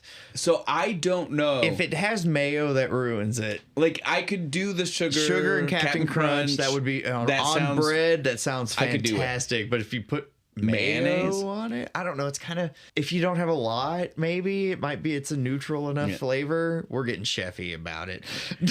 All right. So, again, we missed a step. We'll jump right back. We're not going to spend much time on it. We just need to say it because we brought it up earlier. Right. So, the scene we missed was just like while Andrew and Allison were walking down the hallway for Cokes, we get to see what Bender and the rest of the crew are doing. And this is the sex scene. This is where he wants to find out more about Claire and if she's a virgin. Brian says something. He focuses on Brian. Well, he focuses on Brian, and Brian won't say anything at first. He's just like, he's like, I don't want to talk about it. I don't want to talk about it. It's my girlfriend in Canada. Yeah, she was in Canada. You wouldn't know her. He keeps pressing him and pressing him and pressing him on it, and then finally Brian's like, Claire's not looking at him, and Brian starts like nudging towards Claire. He kind of leans there like, dude, shut up. And Bender is a super big dick because I don't know if Bender read it wrong on purpose, or if he just read it wrong. But obviously, you could tell he was not trying to say he had sex with Claire. Yeah. And Bender just goes, you're telling me you and Claire have had it? Right. You all fucked. That's what you're saying. It's very bullshit. He forced it it was either on purpose or not. And it's really hard to tell because Bender is both a dick on purpose and sometimes not. Yeah, not without Sometimes it's just his personality. He's just a dick whether he likes it or not. He can't help it. It's true. And so like I don't want to judge too much about it, but yeah, it was a horrible scene. He forces Brian to say he is a virgin in front of Claire when he didn't want to. And he says that. He says it's personal. It's my personal. It's my personal business. I don't need to share it with people. Yeah. Kudos to him. I mean, I agree. That's fine. No one needs to fucking know your bullshit. That's right. And that, trust me when I tell everybody, not as important of a thing as any of you think. Not at all. I mean, it's the least important thing who gives ever. A fuck, man. What age you were when you decided to finally have sex does not affect anything in your life, or how cool of a person you fucking are, which is an important thing. Like when we were in high school, it was like the end all. Well, and this movie, right? And this movie is like, and so again, like that's part of why we're pointing that out is because we want to end that kind of thinking. It's bullshit. Don't think that. We shouldn't have grown up with. No, we shouldn't have been fucking told that. We really shouldn't have. It should have been just like, whatever the fuck you feel like doing it. But yeah, so that's all we really need to talk about with that scene. We can say we're done with lunch because again, the last thing we needed to talk about was her sandwich. We covered that. Bender had no food. Yeah, he just kind of was like he was hoping to steal Brian's food, I guess. But then he insulted him. Yeah.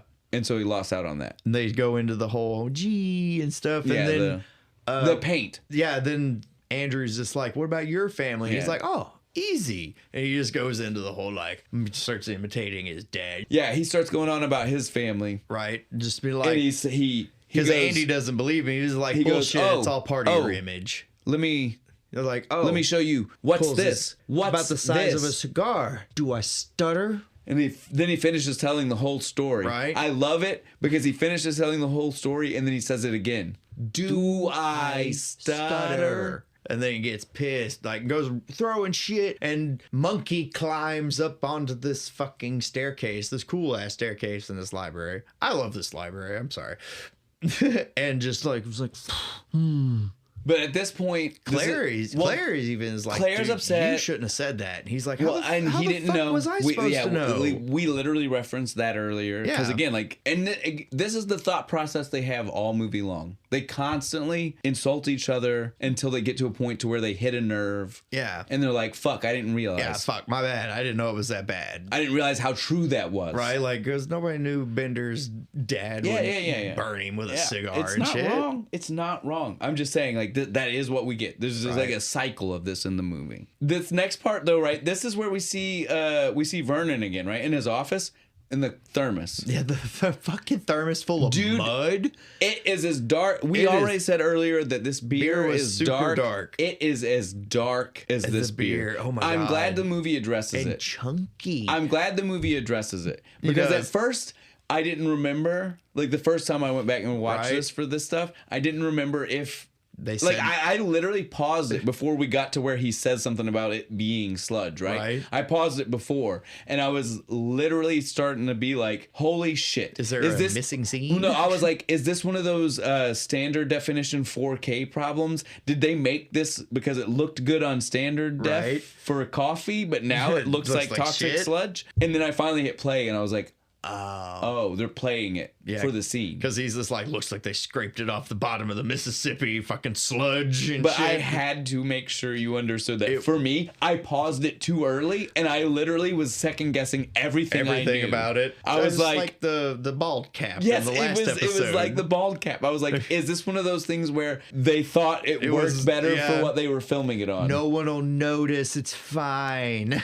And then I finally hit play, and I was like, I feel like a moron right now. Okay, good. They explained. I deleted one line of dialogue. All it takes. I literally had to scribble out some notes. Dude. Oh, don't you hate it when you do that? Because I was like, oh, these notes are no good. These notes are no good. Fuck shit. That's not true. That whole thought process wrong. All wrong. But yeah, that's the moment I had there for sure. But that makes an excuse for Vernon to fuck off to the other end of the school, I guess. Because he wants to get coffee. Real coffee. So we get a mission. We're going to the Bender's locker. Out of nowhere, right? Out of nowhere. We point out the last time we saw them, they were literally ready to nuclear breakdown again. They were so pissed, right? And then suddenly just mission. We have to get to Bender's they're all locker. on board. It's not like we didn't get to see the sign up part. No. Like normally for this movie, we usually would have seen that scene, right? Like we would have seen them be like all talking to each other. We're gonna go do this. Like Bender being like, no, I don't want to do that. Fuck you, we're gonna do it. This time, no. We just get to see that they're already on board. We're already going. We are in transit and on like the way. They essentially hearing some of them say like, what are we doing? What are we doing? Where are we even going? And fucking Claire's just like, do you know when Vernon's gonna be back? And he's like, no. I have no idea. Let's just go. Doesn't being bad feel fun? So we see they're going to Bender's locker. I love his locker. Right, his locker's Keep awesome. out with the marker. If you open this, you will die. A guillotine. Right? My man's installed a guillotine in his locker. Legitimate one. Sharp. Cuts that fucking shoe's toe right off. And all for what? Bag of weed, son. Triple, quadruple paper bag. Like, was that supposed to help with the smell? I don't understand why it was. It was like greasy. It was in a grocery paper bag first, right? Like grocery store, big like one. the old school ones. And then it was like in like Russian nesting doll style. Then it was like a sandwich paper bag, right? And then it was like a tiny paper bag, and then just a plastic bag. It just got progressively smaller. I was like, what is happening? It was awesome. And then of course, as soon as he pulls it out, everybody's like, "Is that? That's what it was for?" Put that back. Brian's reaction, just like the first time. He's got marijuana. I love every time he reacts to weed. The first time when he was like, my cousin, and he went crazy. Right. And then this time, and he's like, you see that? Are you okay with this? He looks at Allison. He looks at Allison when she's the only one left. And she was just like, she just giggles a little bit and walks. I don't know. I don't know why he cracks me up so much. It's so good. Maybe it's because what we see here in just a little bit. Right. Because I feel like he's a secret stoner already. Right. He just doesn't want anybody to know. Right. And so he's overreacting to like, oh my God, weed. He doesn't even call it a slang term. Yeah. It's marijuana. And so I feel like maybe that's what we're trying to see here. Totally. That's exactly what it is. If not, that's definitely he's a closet burner. He likes to like no. That's definitely what we will now say is definitely canon. Yeah. That's our canon for the movie for sure. That is Kentucky Fried Critic canon. He is a stoner for life. Before we leave the scene, though, we get another one of the Allison klepto moments. Yeah, she steals the lock off of Bender's locker for no reason. Well, like anything, she's a klepto. There's no reason for it. She just does it. I'm gonna take this. This is mine now. But then we have to we get like the like chase scene, don't we? But yeah, so they're walking through the hallway, they're on their way back, and they're trying to figure out how to go, right? And the first time they try to figure it out, Bender's like, oh, right here. And as soon as they make that turn, boom. Who's there? Vernon. And they're wrong like, way. Fuck, we gotta go this other way. And then they have the argument again, like, which way? And this time it's actual argument. Yeah, right? it's like, Because no, we need to Andrew's go like, we this need to way. go this No, way. we need to go that way. Bender says, fuck it, we'll go your way. Right, and they go. Andrew was wrong. Right, he was totally Activities wrong. hall or cafeteria? Yeah, it was the activities hall or cafeteria. We went with activities hall, which was locked We with a should've went- gate. Should have went with cafeteria. We're all gonna get caught now. Fuck, we are in so much trouble. Bender was so right. But Dude. Bender, Hero, sacrifice. Exactly. Man. Proving- He throws himself right on the sword. he is learning. He is evolving. Yeah. Right? No one else has to go down but me. He starts running through the halls, screaming and chanting, I want to be an Air Force Ranger. I want to lead a life of danger. I literally, no joke, when I jog up and down my street, that is what I chant to myself. Yes. In my head. It's motivating. You just want to do it. And it gives you a beat. yeah, A really good one. To pace to. Yeah. That is how ingrained in my head that is. though. That's fantastic. But yeah, so he saves the day by charging through the halls. Right, getting- Again at this point because because the shoe, right? At this Yeah. point we see he runs to the gym and he's got playing one basketball. tennis shoe. He has one and tennis boot. shoe and one boot. I love this attention to detail. I don't know why I love it so much, but it's so funny. I like how when the Vernon comes in there and he's like, "What the fuck are you doing?" And he goes to throw the ball and He then dunks it, dude. Yeah, I he don't does. know. It's a He does low. make It's a dunk. it's a low basket. he makes the dunk. It's fine. But then he goes and he like throws the ball at Dunn and he's like, "Oh shit!" And then he rolls it real easy and he kicks Yeah, it and he jumps out of the tennis shoe. Yeah, yeah. Well, I And know. leaves Leaves laying, it there. Jumps out of it. Oh, it's And Vernon great. takes him out. Right. It was so good. Takes him back. You guys can say bye to this guy. I'm gonna go take him and stash him in a storage closet. BOOHOO. Right. Boo-hoo. Yeah, Right. you think you're a real tough guy. What if your dope was on fire? That's impossible, sir. It's over in Johnson's underwear. The fuck? I His love eyes that got so moment. fucking big. I love a moment when you can drop the truth and know you're getting away with it. Right. Right. And Bender knew it. He was like, "There's no way this man's gonna check this man's underpants." No, just throws it out. Just like, yeah, he's like, oh, shut the fuck up. Because of course we didn't mention that, but before he ran, he gave his gave trusty the weed to over to Johnson. He said, "Guard this with your Right, life." guard this with your life. And he did. Yeah, he's a good man. A good guy. Good guy. But yeah, so at this point though, we see Vernon take him To that weird storage closet. like a music room storage Yeah, it's closet. got- Why is it attached to the library? I don't know. No idea. Right, because you saw music stands in there too, Yeah. right? It's not just me. There's like music stands, books, Maybe an instrument case. instrument. I don't know. There's a weird storage room. He gets shoved in, and a lamp. But so a random lamp. he grabs him too, like in front of the other kids. Yeah. And then he comes to the room and he's like, "Oh, people are gonna take your word." And I'm like, "Whatever, you just abused a Right? kid in No, front it's of like other he's kids. like, he wants to You fight are him. fired. You are fired." No one will believe him. No, I am respected in this town. No one is going to take your word over mine. Let's fight right now. I want to see how fucking tough you are, Bender. So again, I want to point out right now, after he does that, of course, Bender doesn't do it because we Yeah, know because again, this is I've had this happen. A teacher's Well- legitimately been like, no one will fucking Well- believe you. And I'm like, yeah, you know what? You're right. Well, and it doesn't even. It's for Bender. It's not even that. Like for Bender, it's almost psychological trauma. This is Yeah. what he deals with at home, right? Like Oh, yeah, he's definitely like he's- post-traumatic stress right yeah, now. right. And so like it doesn't. None of it matters. He is. You can see it in his face. He's like little boy all of a sudden. Yeah. Like he's just like living through his trauma right now. But beyond that, right now so as soon as that happens, he locks him in the room and walks away. Right. The other kids will then see this. So that means that this man has beat a kid. Yep. Threatened him. Yep. Locked him in a closet. And of the three, the only one that Unreasonable imprisonment. of the three, the only one the kids can't corroborate is the threat, which is the least troublesome that's of like- the yeah. three things. They did seem like he put hands on that kid. He did drag him up. He did lock falsely him. imprison him in a room against his will. The only thing they didn't hear was the threat. I mean, we got him 2 out of 3. And 2 out of 3 ain't bad. This dude is a moron. Yeah, he is. And it doesn't even matter because Bender's smarter than he is. Yeah, he didn't jump. I would have probably done it. I don't even mean that. I mean, Bender was smarter than he is because the second he leaves, He just Bender gets out of the room. He goes up through the ceiling. He's kind of nervous about the heights, and so he starts telling himself a joke about blonde and a salami in a bar or something. We don't get to hear the punchline. There is no punchline. Is there not? That's I not a real wanted joke. to know this so bad so long ago. I had to find out.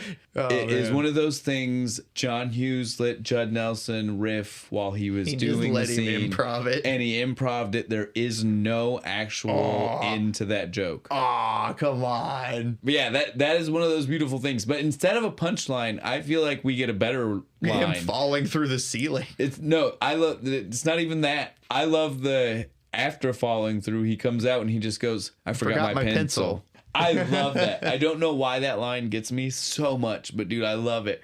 It's so nonchalant. He falls like a good 10 feet through the ceiling, and everybody's just like, "What the hell?" And but then I forgot my pencil. Well, and then we deal with the immediate, like, how did he not hide the second? He knew there's no way that dude wouldn't have heard that sound, right? But he doesn't hide immediately. He takes his sweet time to hide. He kind of walks over and grabs his pencil and ducks under Claire's table. Then Vernon's like, "What the fuck?" Ducks under Claire's table. Again, well, and Claire's. We have to be specific. Claire's table. It's important in just a moment. Well, right now, because we see he looks up skirt. Again, this is those other moments where this isn't as bad as the other ones. It kind of is. This one kind of plays off more. It does, but it's not. It's still awkward. We'll leave it at that. We'll leave it at that. It's still awkward. He is literally head between knees. We'll just leave it that way. If not further, we'll leave it that way. Okay. Jeez. But so he again out at this point. Again, we already know they're all starting to be friends. Yeah, they're covering for him, trying to hide him from the noise that they just made, and Vernon's all just like, "What the fuck was that noise?" And they're all like, "I don't know what." But I love how progressively crazier the scene gets because he won't keep his mouth shut. And like the first time was on purpose. The second time he hit his head on the table because she's kicking at him. Well, no, she smacked her knees on his temples, dude. Right. That's what happens. Have you ever had your temples hit? That hurts, man. Yeah, I have, actually. Yeah. Well, that's what I'm saying. Like, can you imagine that then? Knees are hard. Yeah. That's going to hurt, dude. But yeah, obviously this moment we see that because all this is going on and it progressively gets crazier, they all just have to keep trying to get crazier to cover it up. And so like they're all making like weird noises and turns sneezes into like a giant like, coughing fit. Everybody doing it. I love when it ends because everybody's finished, right? Vernon is almost ready to walk out of the room. And then that's when Allison coughs. She's like, right? Like, yeah, see, I was in on it too. I absolutely love it. But yeah, so everybody perfectly covers. Yeah, and she slaps the shit out of him after Vernon walks out. He gets his weed and he's like, well, I don't know about you guys. Right. Hey, Ahab. I'm gonna my doobage. I'm gonna go smoke some weed. I love the slow progression of this. Andrew, well, no, this is Andrew was like, "You're not gonna do that. You're not doing that in here, man. You're not." And first we see, well, almost immediately, Claire's just kind of like, "Yeah, I'm going. I'm gonna go smoke." Then we see Brian though being like looking over. He's looking at Andrew like, "Are you gonna go?" And Andrew's like, "I'm not going. I'm not doing it." And then Brian finally was just like, I'm doing it. Did you see he had to zip his pants up? He stood up and he's like, "Oh shit, my pants are undone." But so again, we get our same awkward couple left behind as we had in the hallway earlier. We got Andrew and Allison. Allison and Andrew, and he's just kind of like, "You're not gonna go either, right?" And she wants to go. Yeah, she keeps eyeballing everything they're doing. She doesn't actually ever. Does she ever? I don't think she does. No. He finally. Yeah, he does. He just goes like, "Fuck it, fine." Well, and it gets really weird. He goes. I don't think she smoked. She's obviously watching everybody. Yeah. But so the three of them, Bender, the three originals. Yeah, Bender, Claire, and Brian, they all smoke together. They're all smoking a joint. Andy goes off into the music room or whatever by himself. It's a foreign language study room. And right? fucking hotboxes the hell out of it. And hotboxes himself in this room. Some people like to smoke by themselves. I mean, but so downstairs we get Brian just becoming the coolest dude in the world. He's immediately cool. As soon as he smokes a joint, he's immediately cool. He's just like, you know what I'm saying, man? Is like, he in a jazz band? He's what it seems like. Might as well pull the bass out and just be like, "Yo, I got this sweet lick, man." Boom, boom, boom, boom, boom, boom, boom, boom, boom. Chicks cannot hold their smoke. That's what it is. again, this whole scene, it's great. Everybody drops, like everybody their guard chilled. comes down. They all right? chill.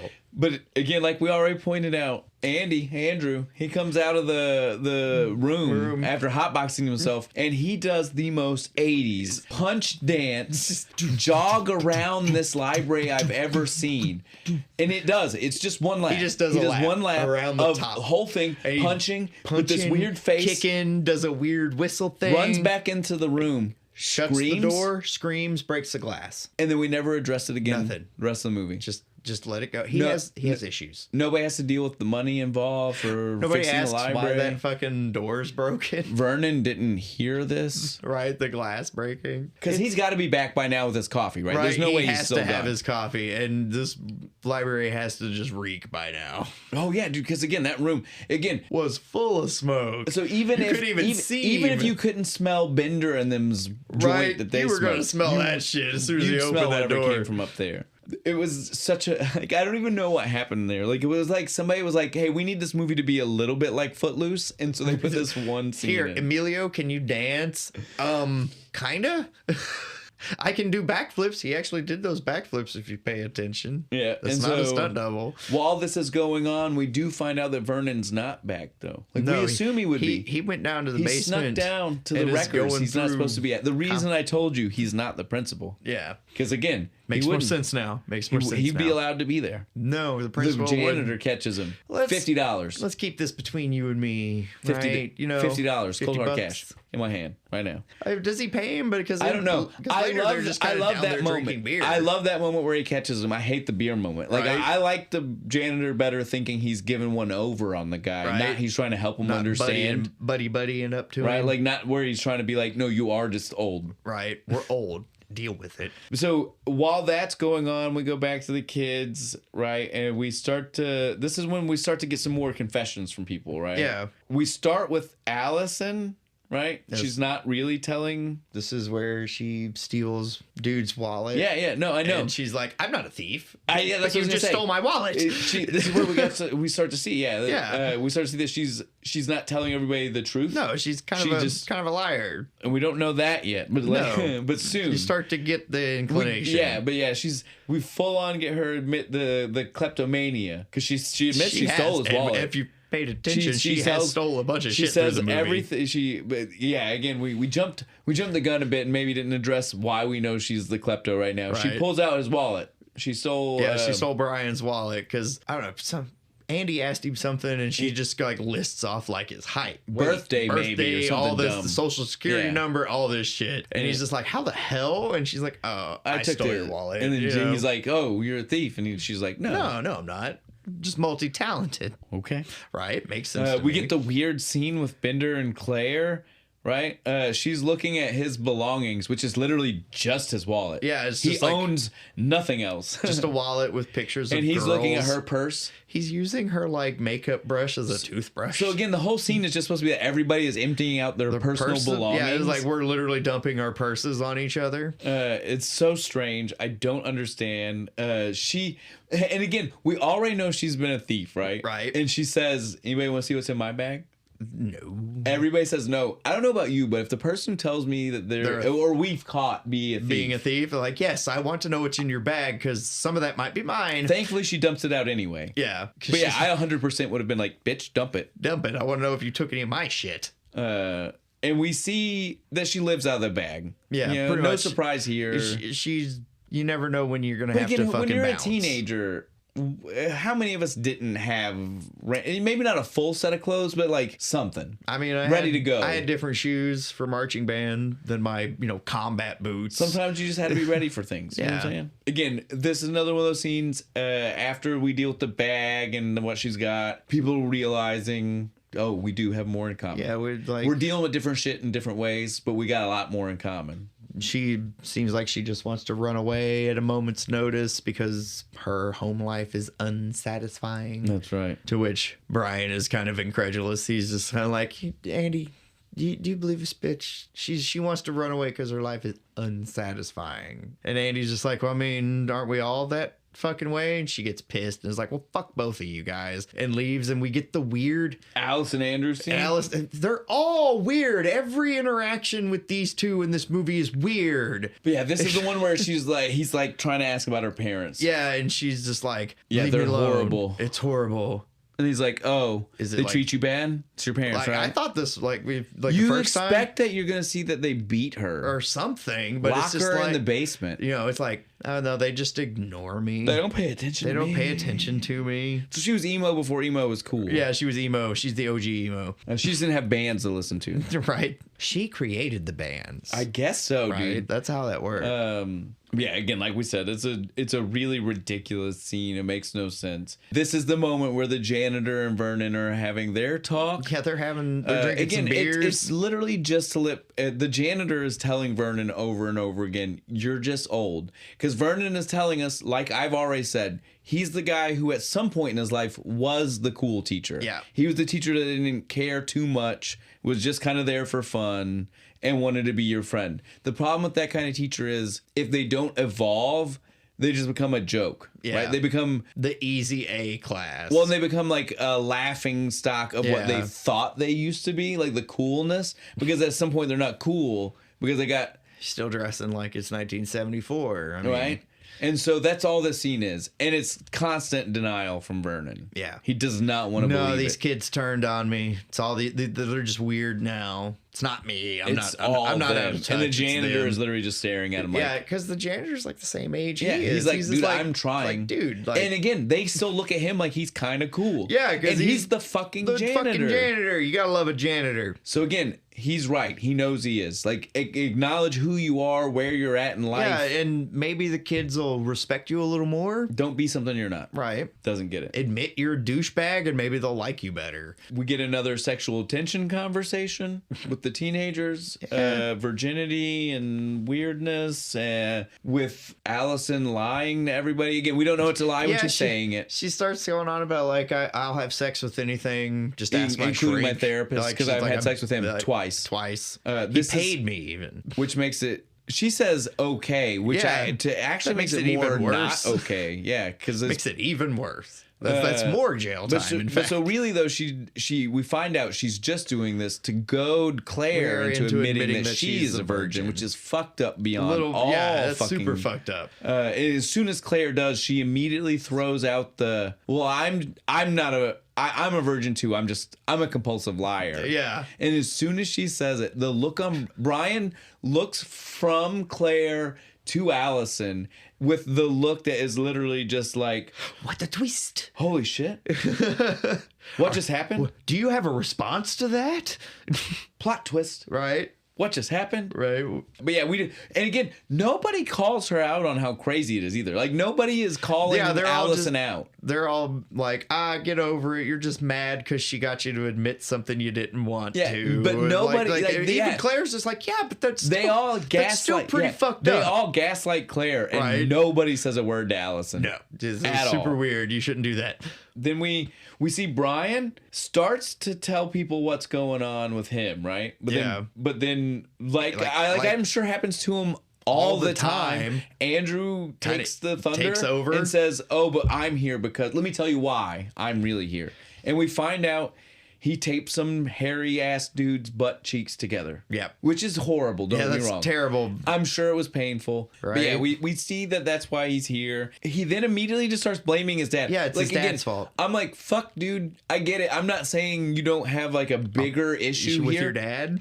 but take that to your shrink. These kids just asked you why you were in detention. Right. You take You're not dudes' in butts detention together. Yeah, that's that's why the I'm end of here. story. I don't need 5 minutes on why your dad is a dickhead and it's his fault. We get it. Chill it out, Right, dude. relax. Take a breath. If anything, it's your fault because you did it.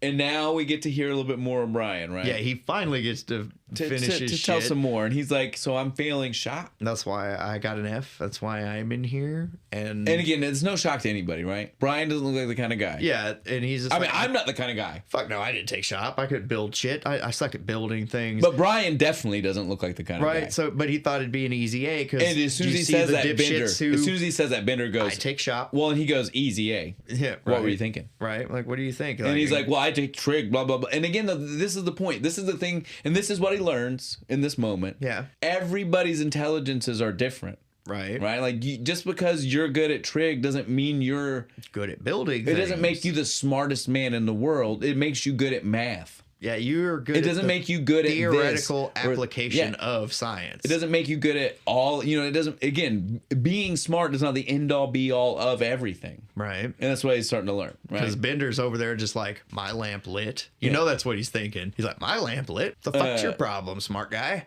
But then that's just the end of the conversation there, though. We still don't get to the full reason yet, right? No, it comes into it's like in three stages. Parts, yeah. So again, we get that little piece. We find out that that's what's going on, and then again we get they're starting to like snipe back and forth. Yeah, but we get the tension breaker. Yeah, the tension breaker. I can do all these weird things with my feet. Foot. I can write with my toes and play the piano and do all this shit. Claire's useless skill comes in. I can put makeup on. Uncomfortable with my tits. Sexual moment again for no reason. Bender just being an asshole because she did something with her boobs. It was all kinds of. And they all jump on. And you're like, dude, don't be a dick like that. Like, you said you weren't gonna laugh. You're being a fucking asshole. Please just stop. Yeah, just fucking stop. And then he calls her on pity parties, and I'm like, dude, your whole existence in this movie has been nonstop. Right. Be pitiful. Look how sad my life is. Like, practice what you preach, right, dude. For real.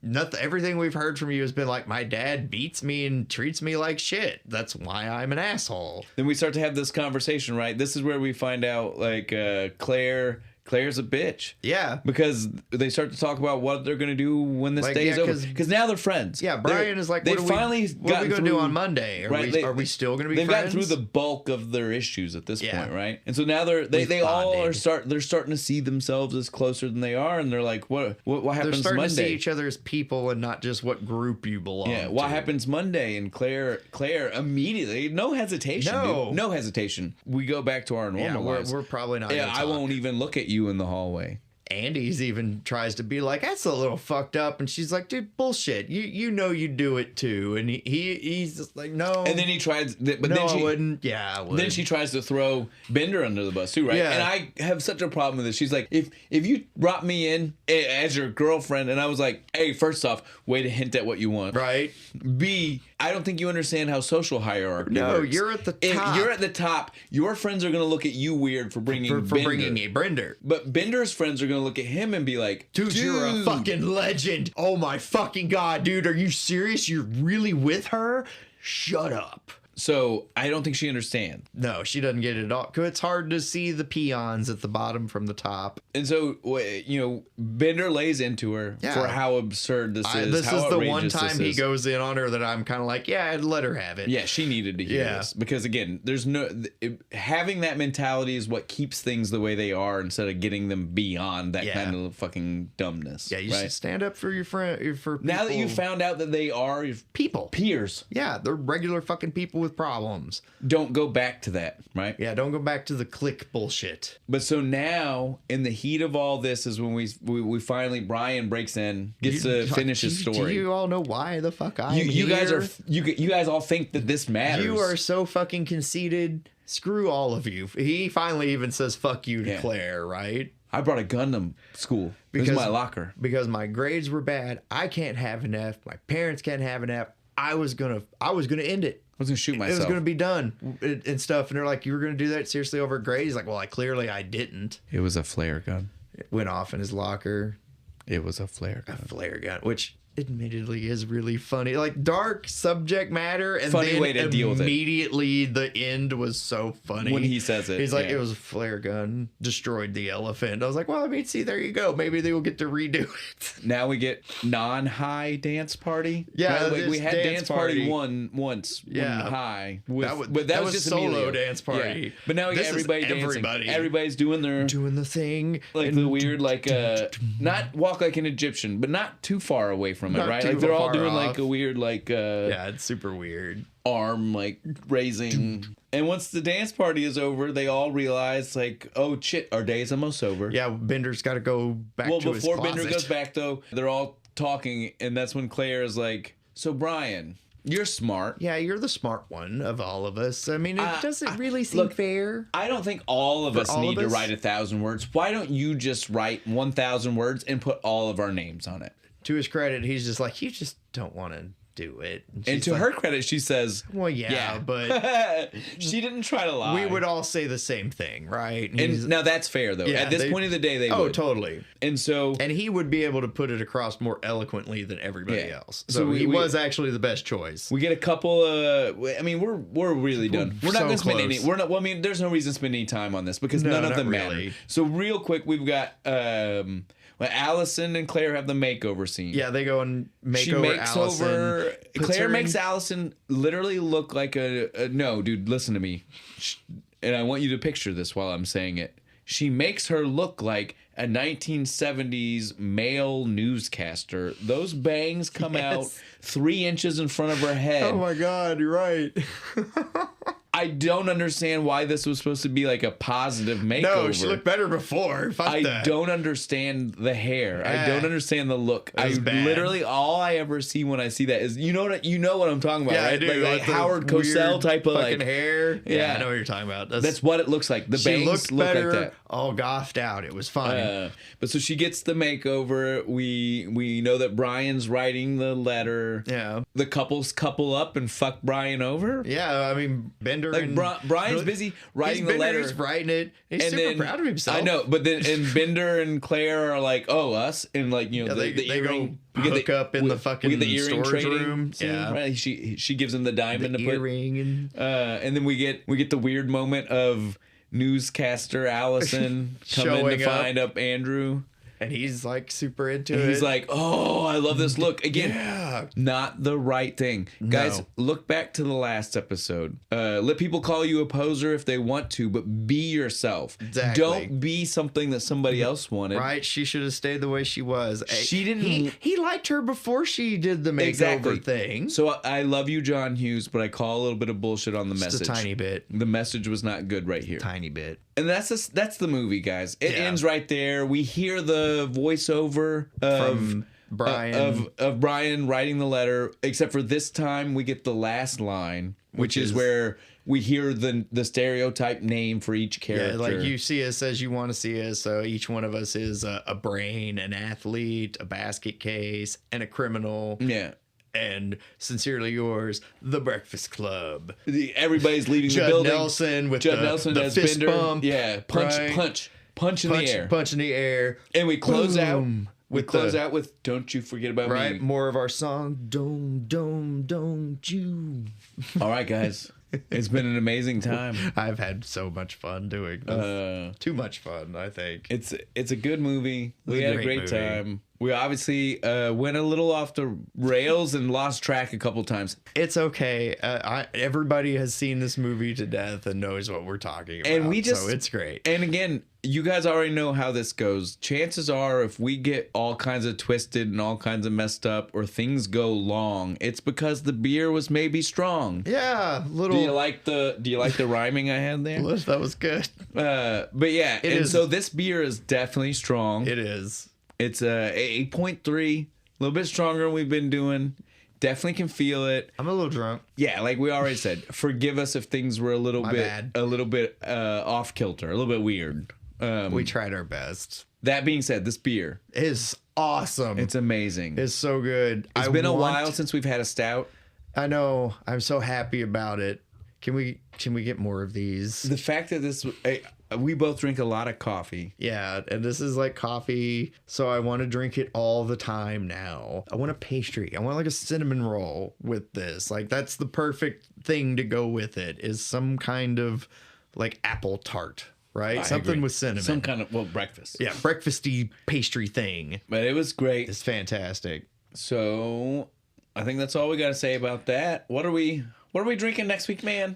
We're changing things up a little bit, right? Yeah, a little. The next week is we're deviating slightly from beer. we're going to do a sweet vermouth on the rocks with a twist. Huh. Now, what possible movie could that Yeah, what are we going to talk about? connect to? What do you guys think that one connects with? Right? Let us know in the comments below. You know, seriously, come on. Let me know. I want to see these guesses. Yeah, again, we know that there might be some new people. So in case you don't know, that's how we close this out. We close this out. The only clue you have for what we're watching next week, if you want to watch it before we go, is the drink, and you got to guess and hope you're right. So it is what it is. Yeah.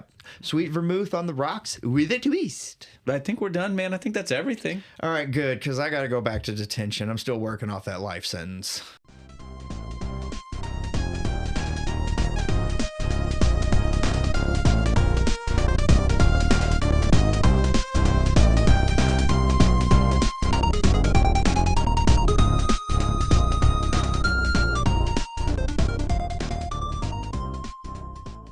Do I stutter?